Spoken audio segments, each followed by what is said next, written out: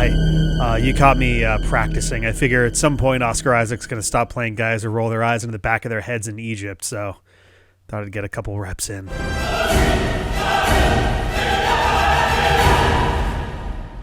Hello, welcome to another episode of R-Rated, where today we're talking about the third episode of Moon Knight, The Friendly Type. In the last episode, we found Stephen Grant trapped in his own body while Marc Spector is in Egypt, and that's kind of where this whole episode more or less takes place. I'm actually, I think, the whole thing takes place there. Yeah. I think that was kind of my prediction last time, and it doesn't seem like they're quite leaving anytime soon here. But so the Friendly Type sees a little bit more of our interaction between our characters. We get a lot of depth into Marc Spector in particular, and thank God, because I think I mentioned in the previous review that Marc was like this really flat, kind of boring character, and I think this episode has started to crack that shell a little bit, and there's starting to be a little bit more depth and density to him. Thank God, because he was kind of starting to drag things down a little bit. I would actually say that like the bulk of this episode really has to do with Marc as a character, which is nice. It's a breath of fresh air. I'm curious once again whether Stephen Grant is a real person who exists, or if he is just a personality inside of Marc Spector. It's been presented earlier on in the series as being a potential version of dissociative identity disorder or something along those lines, but with the MCU being what it is, there's always the possibility of weird enchantments and things going on, and all of those things combining people. Got a bit of a frog in my throat there. Anyway, but yeah, so like there's the question of whether Stephen Grant is really real. It gets brought up in this episode that Marc, not only is Marc married to Layla, but like there's a marriage license and all of that in Marc's name that presumably is from a little while back. There's info on Marc that goes back years, in fact, including in the previous episode we saw Marc. We didn't see the footage ourselves, but the deputy commissioners that were under allegiance with Arthur Harrow pulled up some old footage or old news information on Marc having executed a bunch of archaeologists. And this would have been about 10 years ago, because as we learn in this episode, Layla's father was an archaeologist,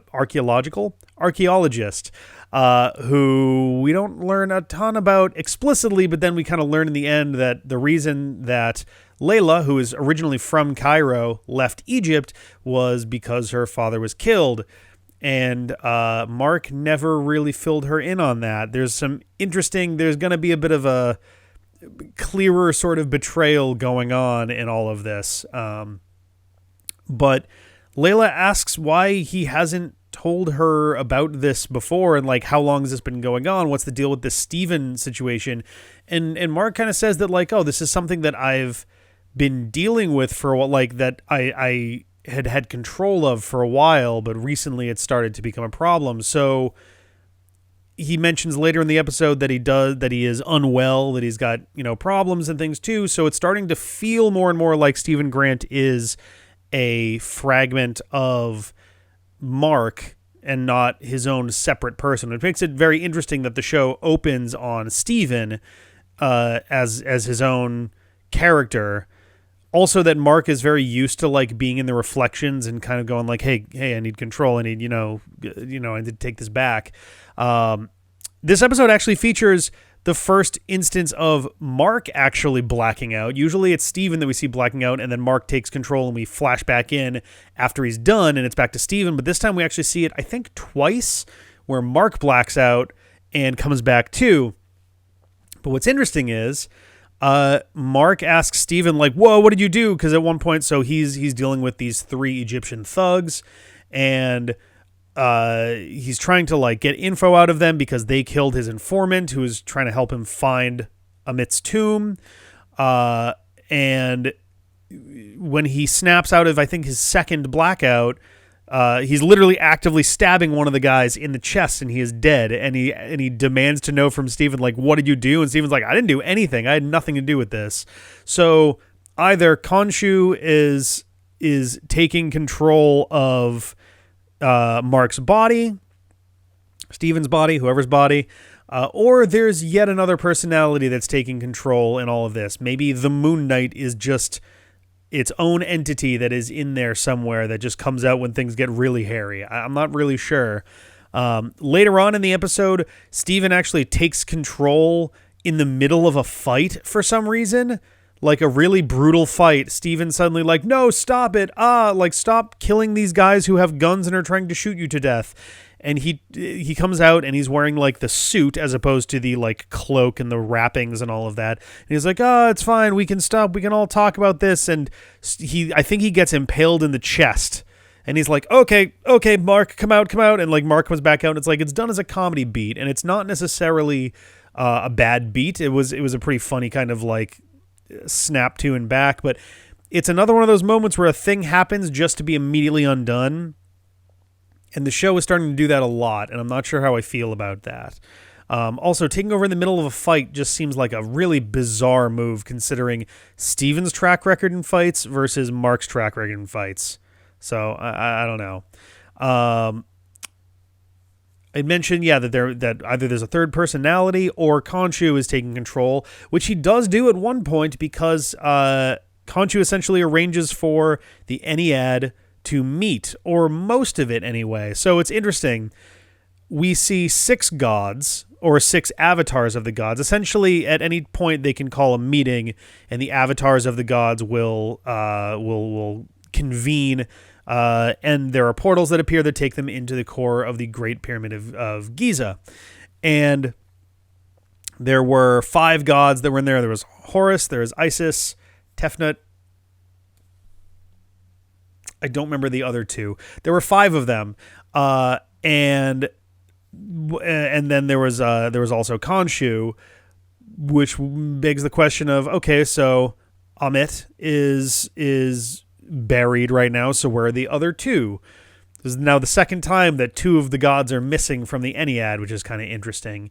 But so essentially, the avatars show up and they are willingly possessed by the gods that they are the avatars for. The gods speak through their bodies and confer and try to figure out what to do here. Essentially, Khonshu tries to tell the Ennead that Arthur Harrow is trying to release Amit. And they kind of don't believe him for some reason, and they bring Harrow in, who then is like, well, I was in the desert, but I wasn't doing anything bad. And the other gods believe him, and it's like, it's super contrived. It reminds me a lot of the White Council meetings of the Dresden Files, where everyone circles up and just hate shits all over our main character just because they don't like him. It doesn't make a ton of sense, but, there's got to be some conflict in there. It's an interesting... There's a point where... So Harrow starts sort of mocking both Khonshu and Mark, but he does it in kind of a backhanded way that sounds like it's essentially feigned concern. And it riles Mark up enough that he starts breaking out of Khonshu's control to try to land a punch on Harrow. But at the last second, his fist is stopped and gets thrown behind his back by the avatar of Horus, who has he's got a little, like, it looks like a combination of, like, electricity and smoke and, like, a spider web. It's, like, somewhere in between all of those, just like a white tangle of energy. And that looks fine. What doesn't look fine is the way that it's just like a wrapped up thing of energy around his wrist that then gets pulled behind his back. It looks like a special effect from Ghost Rider. Not Ghost Rider, Ghost Writer, the kids show from the 90s. It looked extremely strange, and it was so jarring that I literally paused because I was like, wow, that could have looked maybe a lot better. So I'm curious, as we go through this episode in particular, who the Ennead are. And the reason I say that is because we've got precedent in the MCU for gods or worshipped beings being essentially aliens, right? So the Asgardians were worshipped as gods by the Norse.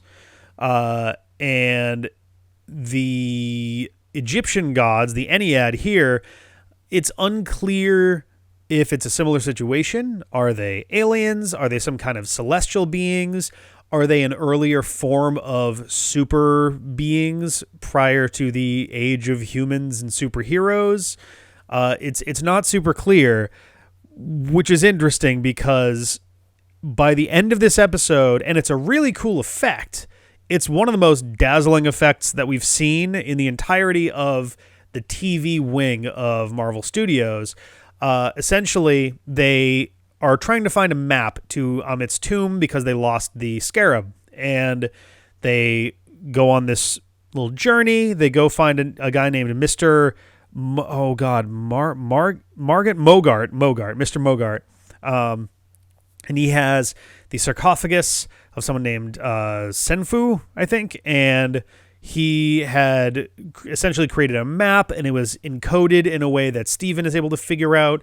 And they look, and they're like, okay, so, and also the final map looks like a star, looks like a 5-point star, which is kind of cute. And it's essentially a star chart. It shows the position of the stars in the sky from the point where the point where Amit's tomb is buried. But they mentioned like, oh no, but Senfu, I hope that's the right name. I'm realizing as I'm doing this that like, yeah, Senfu. But Senfu lived 2,000 years ago, and the stars have moved, which is true. The stars have moved. The amount they've moved by, I have doubts would be enough to make like a significant enough difference in this instance. But let's say they do. They then go like, without knowing where the stars were on that night, we would have no idea where to find it. And we have the technology and the math and the physics knowledge to be able to pretty well estimate where stars were on any night. I think there's literally phone apps you can get that will show you like altered versions of the night sky based off of like different eras in time. Instead, Khonshu's like, I remember that night. I remember every night since then. And says, all right, I can do a thing, but I can't do it myself. I need your body or power or whatever. And he has Steven, who's in like the suit, to move the heavens. They literally move and it's not just like, oh, the stars are moving. It's like Superman, the motion picture, where the stars are whipping around the planet. The Earth is rotating and the stars are... The idea is the Earth is like rapidly flipping... And it's weird because it's not like... It's so bizarre. Because you would think that you'd get sun, day, night, or something, but you don't. Instead, the stars are like whipping around and stuff, and you're seeing the moon go through phases, which it would only do if the sun was also in relation to the Earth and the moon in a different position at various points in this, but I digress. And then eventually, they're holding it in place as they see what the chart says. She takes a picture and they yada yada, and it's just like a couple questions. Well, so he's just like, this actually hurts a lot, and it's like, okay, so they're holding it in place. A few things. One, we see that other people see this, that other people are able to recognize what's going on in the sky. So this is going to get some attention from a lot of people, like everybody, including presumably not just whatever Avengers are left, but just everybody, right? Like, two, what are they doing exactly? Are they physically moving everything? Are they just rotating shit in place? Are they moving things backwards? Are they moving through time? What exactly is happening? Like in this moment, I'm so confused. If they just described it as being metaphorical or something, I would take that, because honestly, I have no idea what else you could possibly use as an explanation for that.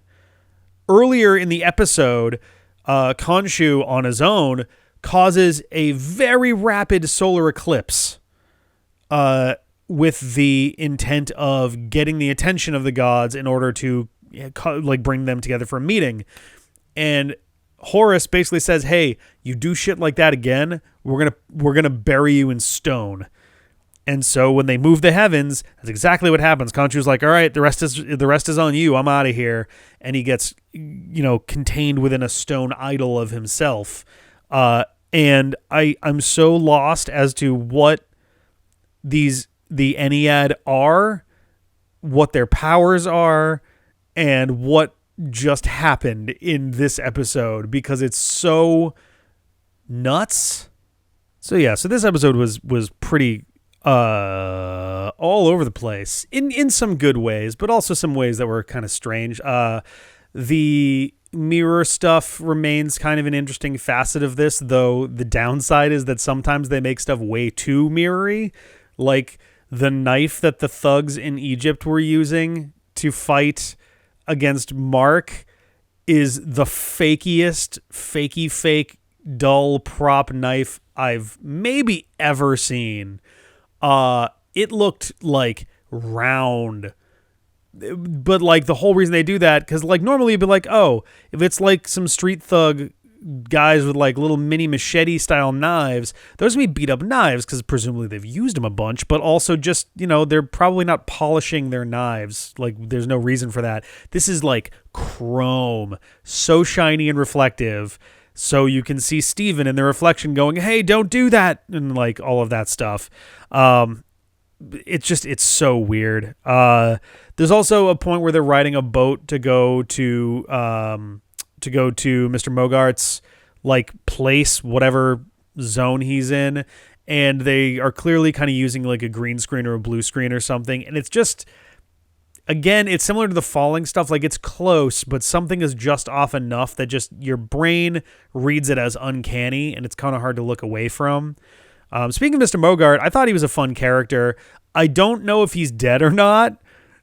He literally gets the Scarecrow exit where he tries to charge to kill Layla, and Marc dives and gets her out of the way and then throws one of his little moon blades, and it hits him and he kind of goes, but he's on horseback and the horse rides off into the fog, and that's the last we see of him. So I have no idea if he's alive or not. Apparently him and Layla had business in Madripoor, which is a nice connection over to the Falcon and the Winter Soldier. Unclear if there's any kind of connection to the Power Broker or anything, but I thought that was kind of a neat little thing to throw in there. And it makes sense too, given how, she was stealing stolen artifacts and he is, buying stuff up on the black market. So like there's some reasons for that for them to be kind of associated in that way.